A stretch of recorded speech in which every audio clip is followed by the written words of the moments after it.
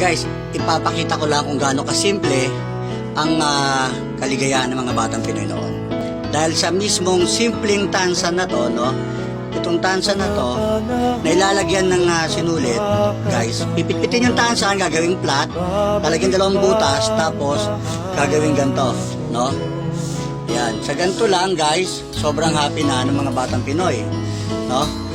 Guys, ang ayaw ko kasi dito, itong tansan na to, na ginagawa nga nilang ganyan, na pinanglalaban na ganyan. Ang ayaw ko dito, nakakita ko nito, mismong kalaro ko nung bata ako, na pinatalim niya, tapos ginanon niya doon sa kalaro namin na nasugatan ng kamay. Kaya ayaw ko rin ito nung bata ako.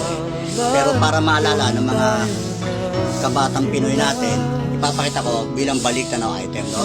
Muli po, Luis Serrano, balik tanaw item. Salamat po.